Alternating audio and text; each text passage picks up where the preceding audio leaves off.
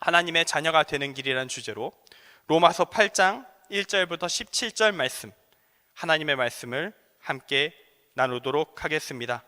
로마서 8장 1절부터 17절입니다.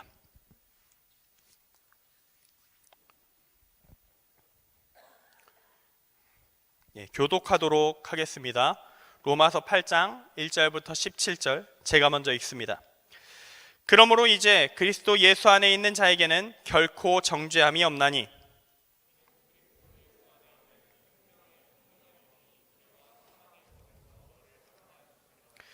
율법이 육신으로 말미암아 연약하여 할 수 없는 그것을 하나님은 하시나니 곧 죄로 말미암아 자기 아들을 죄 있는 육신의 모양으로 보내어 육신의 죄를 정하사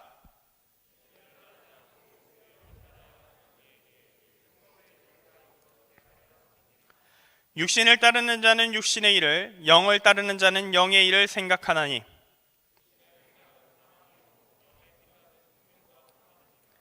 육신의 생각은 하나님과 원수가 되나니 이는 하나님의 법에 굴복하지 아니할 뿐 아니라 할 수도 없음이라. 만일 너희 속에 하나님의 영이 거하시면 너희가 육신에 있지 아니하고 영에 있나니 누구든지 그리스도의 영이 없으면 그리스도의 사람이 아니라.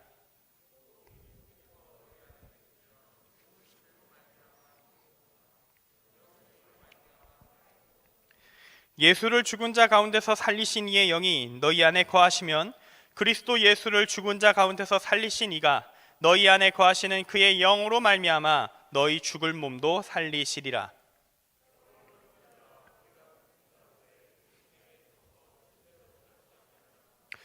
너희가 육신대로 살면 반드시 죽을 것이로되 영으로서 몸의 행실을 죽이면 살리니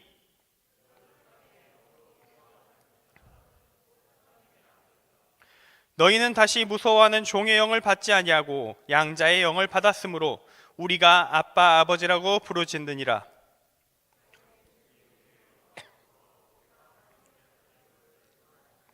함께 읽습니다. 자녀이면 또한 상속자, 또 하나님의 상속자요 그리스도와 함께한 상속자니 우리가 그와 함께 영광을 받기 위하여 고난도 함께 받아야 할 것이니라. 아멘. 오늘 말씀의 제목은 하나님의 자녀가 되는 길, 하나님의 자녀가 되는 길입니다. 오늘 우리는 우리 교회가 현재 진행하고 있는 OMC 교인 40일 정체성 선포하기에 10가지로 정리된 그리스도인의 정체성 중에서 하나님의 자녀 그리고 하나님의 상속자에 대해서 다루는 시간이 되겠습니다. 먼저 간단히 이 말씀의 제목을 통해서 오늘 설교의 내용을 개관하면서 설교를 시작하려고 합니다. 일단 말씀 제목에 상속자가 없습니다. 하나님의 자녀만 기록되어 있는데요. 하나가 빠졌으니 다음 주에 다루나 아닙니다. 이 둘은 오늘 설교에서 함께 다루어질 것입니다. 사실 하나님의 자녀나 상속자나 근본적으로는 같은 말을 하고 있는 것이거든요. 정확히는 하나님의 자녀가 보다 근본적인 개념에 해당하고 상속자라는 의미는 17절에 자녀이면 또한 상속자라고 적혀 있듯이 자녀가 누리는 것이 무엇인가에 강조점을 둔 추가 설명이라고 할 수 있습니다. 그래서 오늘 제목에는 하나님의 자녀만 남아있는 것이죠. 설교 중에 상속자의 의미도 함께 정리가 될 것입니다. 그리고 제목에 하나님의 자녀가 되는 길이다 라고 적혀 있습니다. 단순히 하나님의 자녀란 어떤 존재인가를 넘어서 어떻게 우리가 하나님의 자녀가 될 수 있는가, 어떻게 우리가 자녀가 되었는가에 대해서 오늘 구체적으로 논하겠다는 의지를 담은 제목입니다. 이것이 바로 오늘 성경 본문이 길어지게 된 이유이기도 합니다.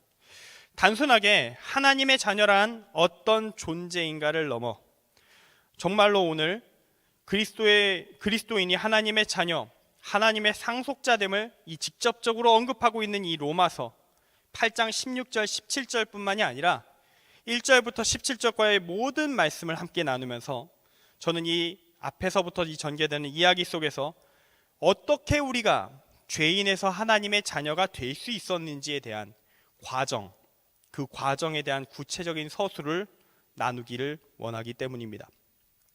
과정.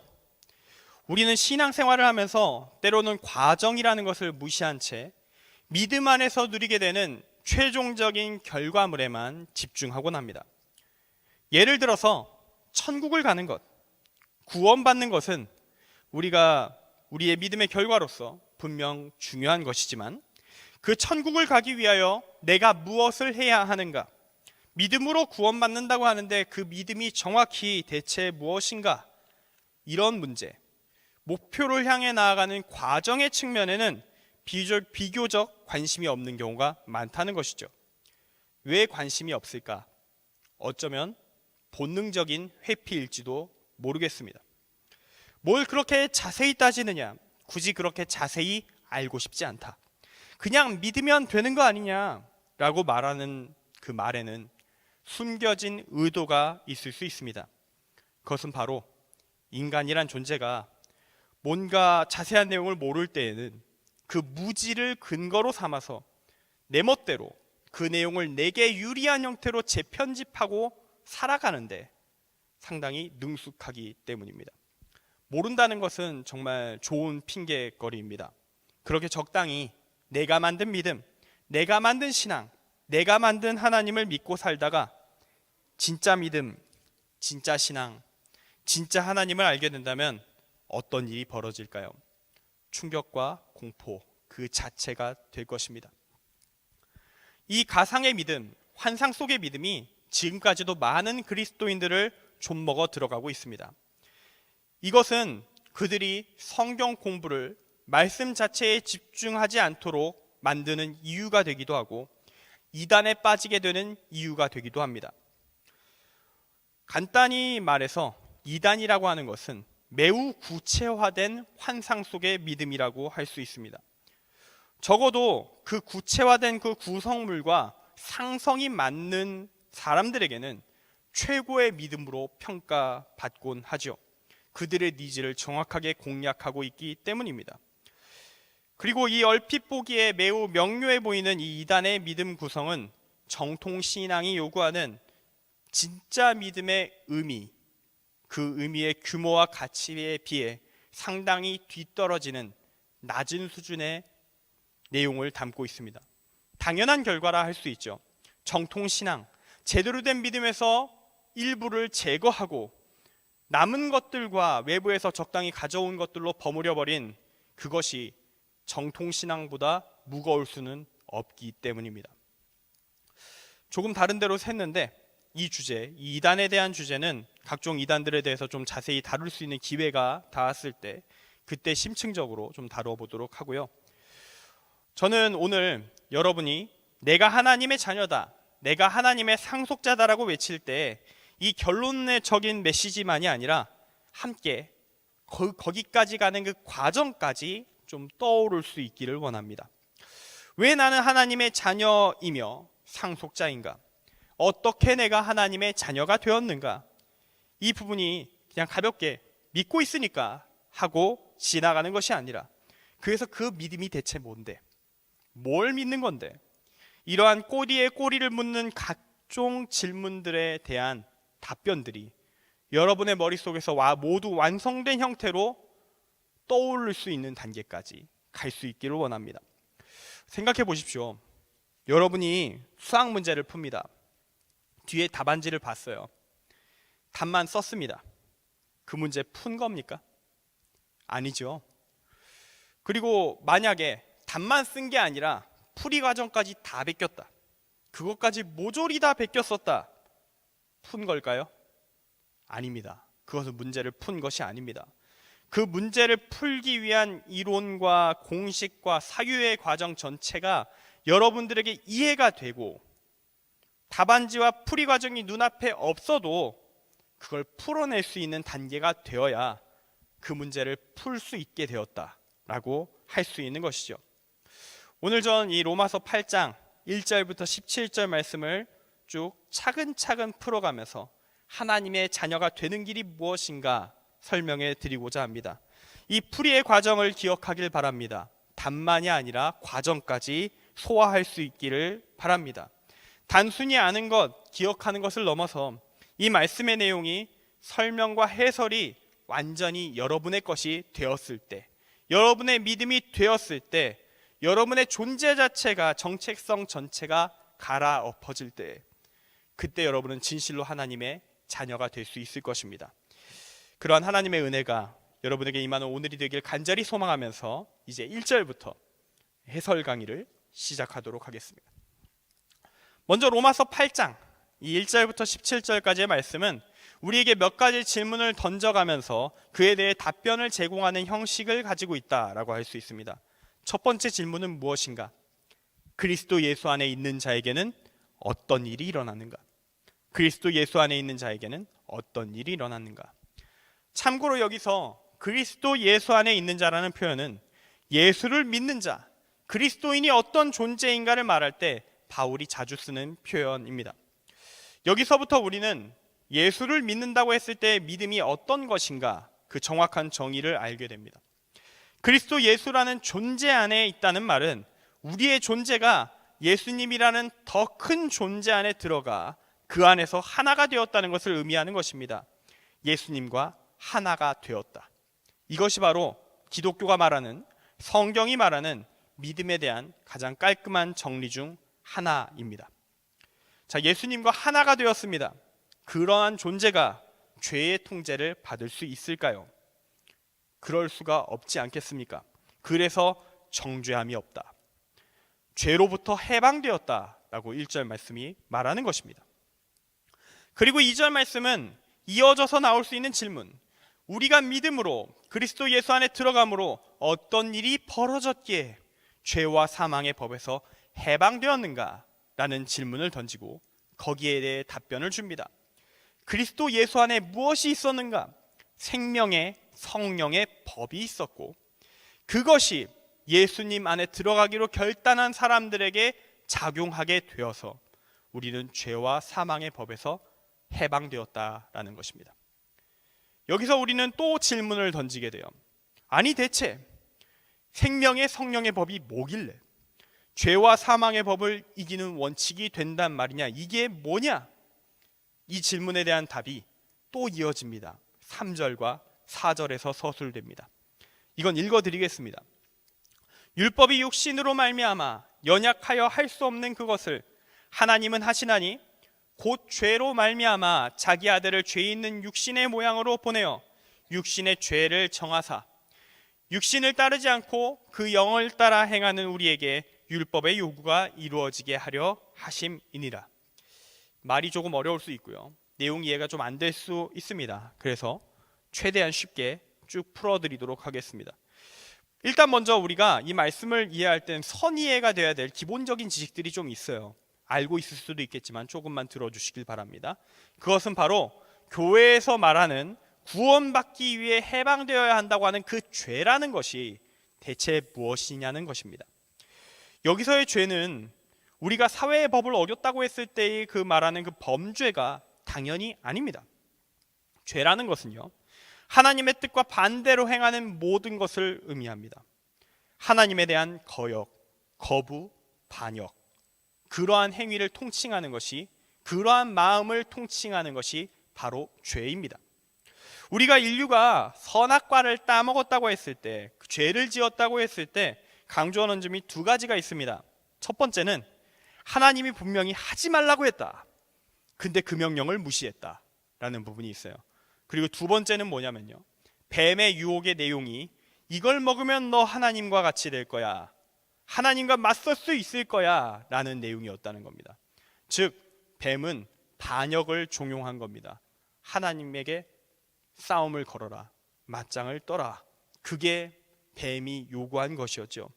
문제는 여기에 넘어갔다는 겁니다. 첫 번째 죄의 요소가 비교적 단순한 불복종의 문제라면 두 번째 죄의 요소는 훨씬 심화된 것입니다. 하나님께 칼을 들이대고 왕위를 계승 중입니다 아버지, 이렇게 외치고 있는 것, 반역죄. 둘 다 그러나 한 가지로 정리될 수 있습니다. 하나님의 뜻에 역행하였다라는 점에서 동일한 맥락 안에 있다. 이것이 바로 성경이 말하는 죄의 의미입니다. 이렇게 인간은 하나님을 거부하고 하나님의 뜻과 반대로 움직일 수 있습니다. 죄를 선택할 수 있습니다. 그래서 하나님은 이 문제를 해결하기 위해서 먼저 율법을 주셨습니다. 이때 여러 인간들 중에서 이스라엘 민족이 테스터로 선택되게 됩니다.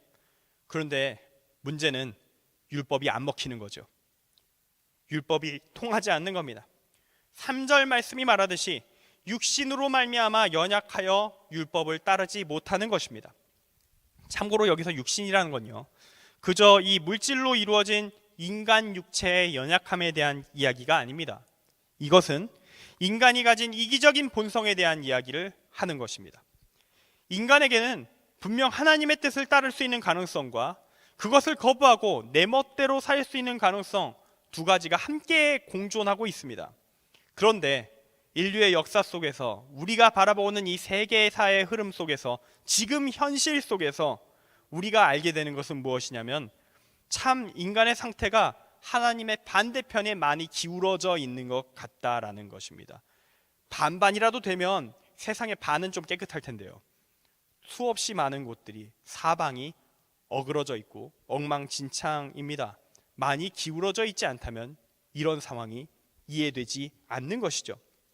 그래서 하나님이 율법을 가르치실 때 하나님께서는 율법의 형식, 그 행동의 형식만이 아니라 율법이 어떤 의도와 마음을 담아서 진행되는 것인가, 뜻도 가르쳐 주셨는데, 형식이 무너질 때도 많고 뜻은 더더욱 많이 무너지곤 했습니다. 예를 한 가지만 들어드리겠어요. 시간이 별로 없기 때문에 한 가지만 들어드릴 텐데, 신명기 24장 1절에 이혼할 때 어떻게 해야 되는가라는 내용이 있습니다. 아내에게 꼭 이혼 증서를 써서 보내주어라 라고 되어 있어요. 이 이혼 증서를 써주는 것을 성경에 왜 기록했을까요? 왜냐하면 모세가 살던 시절에, 모세가 활동하던 시절에는 이혼 증서마저도 안 써주고 집에서 내쫓기는 바람에 재혼도 못해요. 법적으로 혼인관계가 유지되고 있어서 재혼도 못하고 친정으로도 못 들어간 채 거리의 여자가 되어서 배회하다가 안타깝게 죽어나갔었던 수없이 많은 여성들이 있었기 때문입니다. 그래서 이어지는 구절에는 재혼에 대한 이야기가 나옵니다.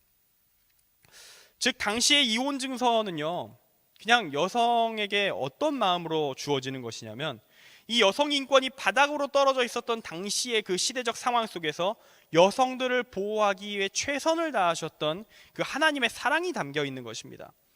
그런데 이 율법이 예수님의 시대쯤 왔을 때는 형식만 남아서 변질되어 버려요. 이혼 증서만 써주면 되는 거 아니냐 하면서 쓱쓱 써줘 버린 다음에 나가 이러는 거예요. 쓱쓱 써주고 나가, 나 딴 여자 생겼어, 나가, 빨리 나 재혼해야 돼, 이런 일이 벌어지곤 했던 겁니다. 그런 상황 속에서 예수님은 이혼을 금지하십니다. 창세기의 말씀, 하나님의 근본적인 계획을 인용하시면서 마태복음 19장 6절에서 이렇게 말씀하셔요. 하나님이 짝지어 주신 것을 사람이 나누지 못할지니라. 그랬더니 바리새인들이 집요하게 달라붙습니다. 신명기에 모세가 이혼 증서 주어서 버리라 하였다, 당신이 모세보다 위냐 하면서 덤벼들어요. 여기에 예수님이 이렇게 답하십니다. 모세가 너희 마음의 완악함 때문에 아내 버림을 허락하였지만 본래는 그렇지 않다. 이 말씀은요, 모세 당시에 하나님이 만약에 이혼 증서 정도만 얘기하지 않으시고요, 절대로 아내를 버리지 말아라, 아니 그걸 넘어 아예 남녀는 평등하다라고 하나님의 뜻을 그때 내려주시면 그때 유대인들이 말씀을 들었을까? 안 들었을 것이라는 겁니다. 그 말씀을 전한 너 거짓 선지자다 하면서 역으로 공격을 했을 가능성도 꽤 높다는 이야기예요. 그리고 이 예수님의 말씀은 나중에 이어지는 제자들의 반응에서 증명이 됩니다. 이게 인류의 현 상황이었던 거예요. 제자들이 이렇게 말합니다. 이 이야기를 다 듣고, 만일 사람이 아내에게 이같이 할진대 장가들지 않는 것이 좋겠나이다. 이 말은 이런 거예요. 내 마음에 안 들 때 아내 이혼 증서 딱 줘서 내보내고 그렇게 수시로 내쫓지 못할 바에야 결혼 안 하겠다.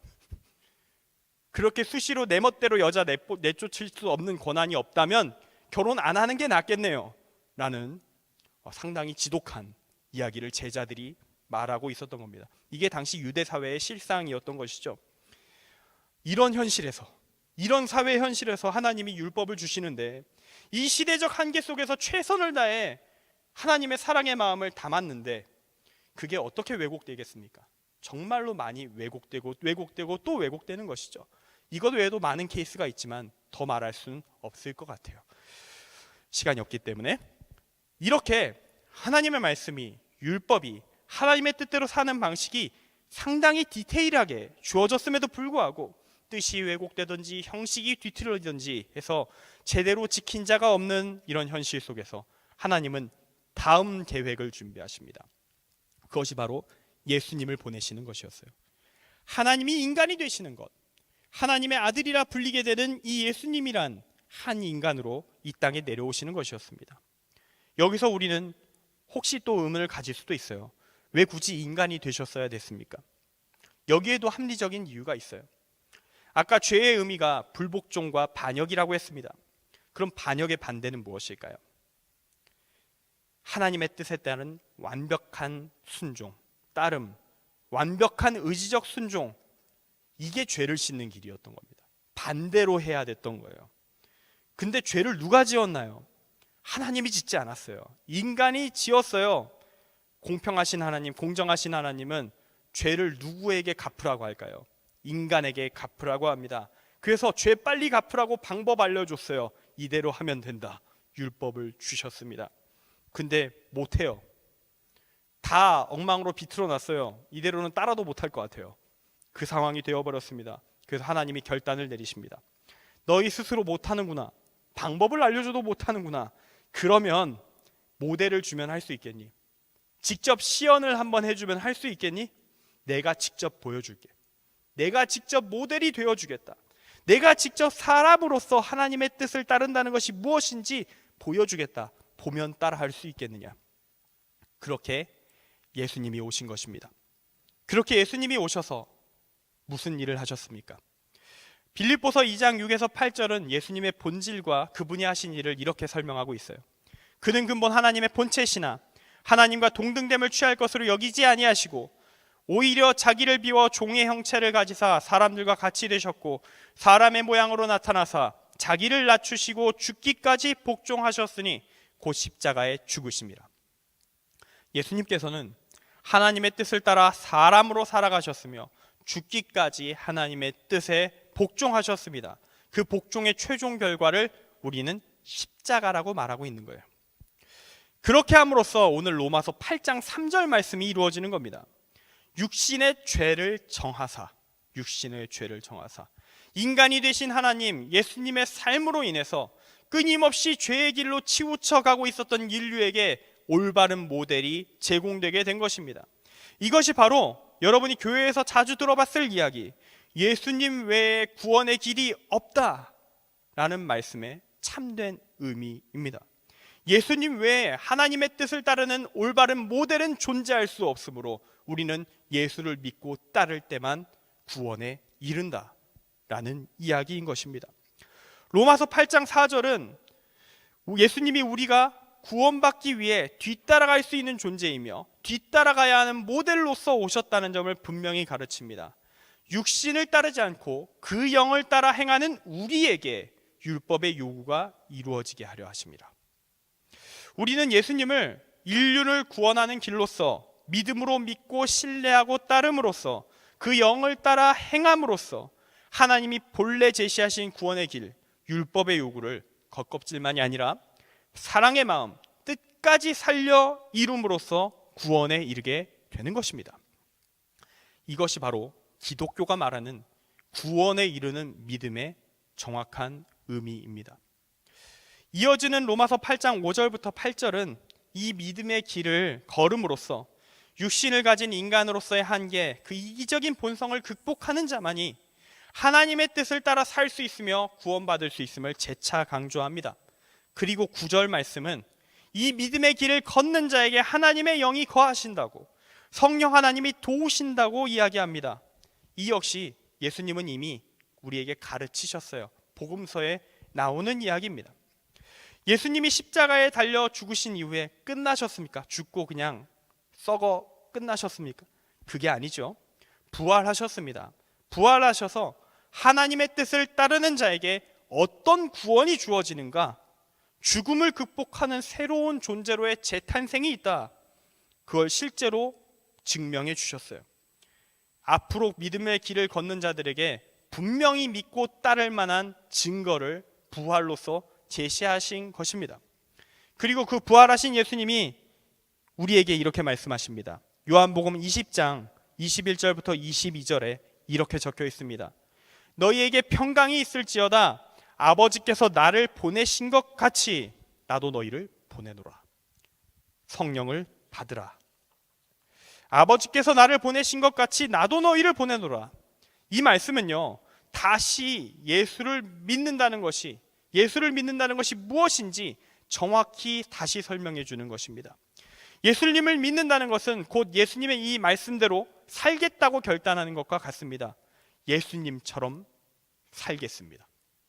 예수님처럼 살겠습니다. 그리고 그 결단을 한 자에게 어떤 역사가 일어나는가에 대해 예수님은 이렇게 말씀하십니다. 성령을 받으라. 이 말씀 보면서 제 머릿속에 떠오른 것은 이런 거였습니다. 예수님이 세례 받으신 후에 일어난 사건, 세례 받으신 직후에 나타난 사건입니다. 마태복음 3장 16절에 이렇게 적혀 있습니다. 하늘이 열리고 하나님의 성령이 비둘기같이 내려 자기 위에 임하심을 보시더니, 이 성령의 임재 후에 예수님의 본격적인 활동이 시작됩니다. 십자가를 향한 길, 그리고 부활의 구원까지 나아가는 그 길이 시작됩니다. 그렇다면 예수님이 제자들에게 말씀하신 이 성령을 받으라, 어떤 의미를 담은 말씀일까요? 이런 겁니다. 내가 하는 걸 봤지? 내가 성령 하나님의 임재 안에서, 그 안에서 시작했던 나의 삶을 봤지? 내가 하나님의 뜻을 따라 살아갔던 삶, 십자가로 끝을 맺었고 부활로 이어진 내 삶을 모두 보았지? 자, 이제 너의 차례다. 이런 말씀이 되는 것입니다. 그리고 10절부터 11절 말씀이 말하듯이 우리가 정말로 예수님이 우리에게 말씀하신 것처럼 성령 하나님을 정말로 우리 안에 거하시도록 했다면 우리는 예수님처럼 살고 예수님처럼 죽을 것이고 예수님처럼 부활하게 될 것입니다. 조금만 생각해 보십시오. 여러분이 누군가를 마음에 품었다고 생각해 봅시다. 그 순간부터 여러분이 누군가를 정말로 깊게 사랑함으로 누군가를 품었다고 한다면 어떤 일이 벌어질까요? 그 사람을 위해 모든 일을 다 할 겁니다. 내가 할 수 있는 모든 것을 쏟아 부을 것입니다. 왜냐하면 그 사람이 나의 영혼의 주인이기 때문입니다. 그런데 성령 하나님을 그런 마음으로 품었다고 생각해 보십시오. 삶이 안 바뀔 수가 없을 것입니다. 그리고 그렇게 바뀐 사람에게 성경은 약속합니다. 그는 예수님처럼 살고 예수님처럼 죽었으므로 조건이 충족되었다. 그는 부활할 것이다. 그래서 사도 바울이 이 12절부터 13절에서 또 이렇게 말하는 겁니다. 형제들아, 우리가 빚진 자로 돼 정말로 우리가 하나님의 사랑에 우리를 구원하시기 위해 절대적인 전능자, 불멸자로서 겪을 일이 없을 그 필멸자의 죽음까지 불사하신 그 사랑에 감격하여 빚진 마음으로 하나님을 마음속에 품었다면, 정말로 품었다면 어떻게 육신에 지겠니? 질 수 없지 않겠느냐? 지지 말 것이다. 질 수가 없다. 우리는 영을 따라 살아야 한다. 하나님의 영을 가슴에 품은 자는 그 하나님을 향한 충성과 사랑의 의미로, 그 마음으로 인생을, 삶을 바꾸어서 죽음에서 삶으로, 부활로 나아갈 것이다. 길었죠. 이제 끝이 다가옵니다. 드디어 오늘 말씀의 제목, 하나님의 자녀에 대한 직접적인 언급이 14절부터 16절에 나오고 있습니다. 무릇 하나님의 영으로 인도함을 받는 사람은 곧 하나님의 아들이라. 너희는 다시 무서워하는 종의 영을 받지 아니하고 양자의 영을 받았으므로 우리가 아빠 아버지라고 부르짖느니라. 성령이 친히 우리의 영과 더불어 우리가 하나님의 자녀인 것을 증언하시나니. 아멘. 여기서 우리는 하나님의 아들, 하나님의 자녀라는 말이 특별히 영적인 차원에서 하나님과 혈통으로 연결되는 그런 신비적 차원의 얘기가 아니라는 것을 알게 됩니다. 하나님의 자녀라는 말은 일종의 존재의 형식, 삶의 형식을 의미합니다. 하나님의 영으로 인도함을 받는 삶, 그 삶을 살아가는 모든 존재에게 주어지는 타이틀이 바로 하나님의 자녀입니다. 그리고 그러한 삶을 살아가신 첫 번째 분이, 인간의 모습으로 첫 번째로 살아내신 분이 바로 예수님이셨습니다. 그래서 예수님이 하나님의 첫 번째 자녀가 되는 것입니다. 그런데 예수님은 그냥 인간이 아니시잖아요. 사실 하나님이 인류를 구원하기 위해 사람이 되신 특수 케이스에 해당하다는 걸 우리는 또 알고 있습니다. 이 성경 기록하는 사람이 알고 있어요. 그러다 보니까 표현을 좀 달리 가는 겁니다. 나중에 예수님 믿고 예수님의 삶의 모델을 본받아서 하나님의 영으로 인도함을 받는 삶을 살아 하나님의 자녀가 된 자들은 그냥 자녀라 부르지 않고 이렇게 부릅니다. 여러분은 입양되었습니다. 양자와 양녀가 되셨군요. 그러나 양자와 양녀라고 해도 여러분이 법적으로 자녀로서의 권리를 누리는 데는 아무 지장이 없습니다. 그래서 17절 말씀이 이어지는 거예요. 자녀이면 또한 상속자 곧 하나님의 상속자요 그리스도와 함께한 상속자니 우리가 그와 함께 영광을 받기 위하여 고난도 함께 받아야 할 것이니라. 아멘. 여기서의 상속 받을 것은 무엇일까요? 로마서 8장의 앞절에서 계속 용어 바꿔가면서 반복적으로 설명한 내용입니다. 죄와 사망의 법에서 해방되는 것, 생명과 평안을 누리는 것, 죽을 몸이 살아나는 것, 구원, 부활, 이것이 상속받을 것의 전부이자 가장 중요한 핵심입니다. 그리고 한 번 더 강조합니다. 그 상속을 받으려면 어떻게 해야 되겠는가? 하나님의 자녀이자 상속자가 되는 비결 무엇인가? 하나님의 영으로 인도함을 받는 삶의 완벽한 모델이신 예수님, 그분을 본받으라. 똑같이 따라가면 된다. 우리가 그와 함께 영광을 받기 위하여 고난도 함께 받아야 할 것이니라. 부활을, 구원을 얻기를 원한다면 너의 삶 속에서 십자가를 외면하지 말지어다. 이렇게 이야기하고 있습니다. 말씀을 맺습니다. 오늘 말씀의 제목은 하나님의 자녀가 되는 길이었습니다. 반복적인 설명이 계속 쭉 이어지고 말이 좀 표현이 어렵기 때문에 설명이 좀 많았습니다.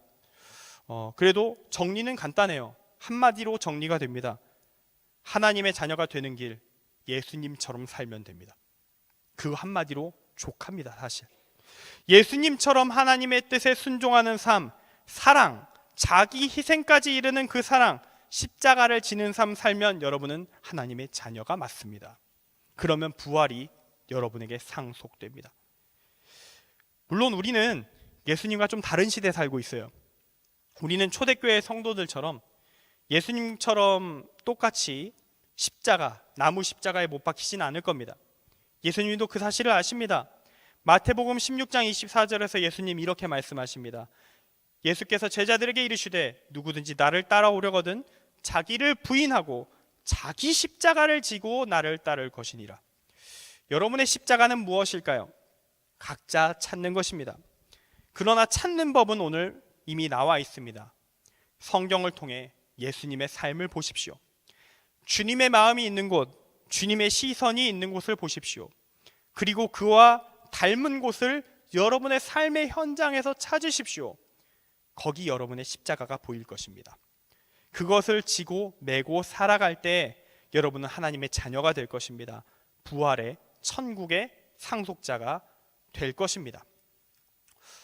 좀 어려운 얘기, 그리고 그걸 어떻게 해요? 이런 마음이 들 수 있는 이야기를 했습니다. 다만 한 가지만 알면 족합니다. 포기하지 않으면 하나님은 끝내 우리를 이루어 가십니다. 이것이 옳은 길이라는 걸 잊지 않으면 됩니다.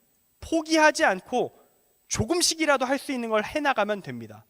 그러면 하나님이 우리를 만들어 가십니다. 십자가를 외면하고 천국만 누리고 싶은 유혹이 든다면 오늘 말씀의 내용을 기억하십시오. 정론을 기억하십시오. 다른 길은 없습니다. 그런 생각 가진 자 죽음 외에 누릴 것이 없습니다. 우리 오목천교회 청년 여러분, 오늘 말씀을 들으신 모든 분들 주님을 본받아서 함께 천국으로 나아가길 원합니다. 오직 예수 위해 목숨 다해 천국이라는 오목천교회, 이 이름대로 소망 그대로 우리 가운데 이루어지기를 간절히 소망합니다. 기도하겠습니다. 사랑의 하나님 아버지, 우리에게 구원에 이르는 복음, 하나님의 자녀가 되는 길을 가르쳐 주심에 감사합니다. 우리는 여전히 육신의 매인자이기에 이기적인 욕망 가운데서 십자가 없이 부활의 영광만 빼먹기 원할 때가 있음을 고백합니다. 그런 연막과 연출이 주님 앞에서 가능하다고 착각할 때가 있음을 고백합니다. 그러나 주님께서는 우리의 속을 꿰뚫어 보고 계십니다.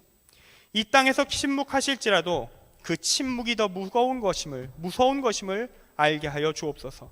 차라리 이 땅에서 고난 속에서 깨닫는 것이 복임을 알게 하시고 우리의 삶을 돌아보고 회개하며 다시 주님을 우리의 믿음의 모델로 삼아 본받아 나아가는 참된 믿음의 본질을 회복하는 우리 모두가 되게 하여 주옵소서.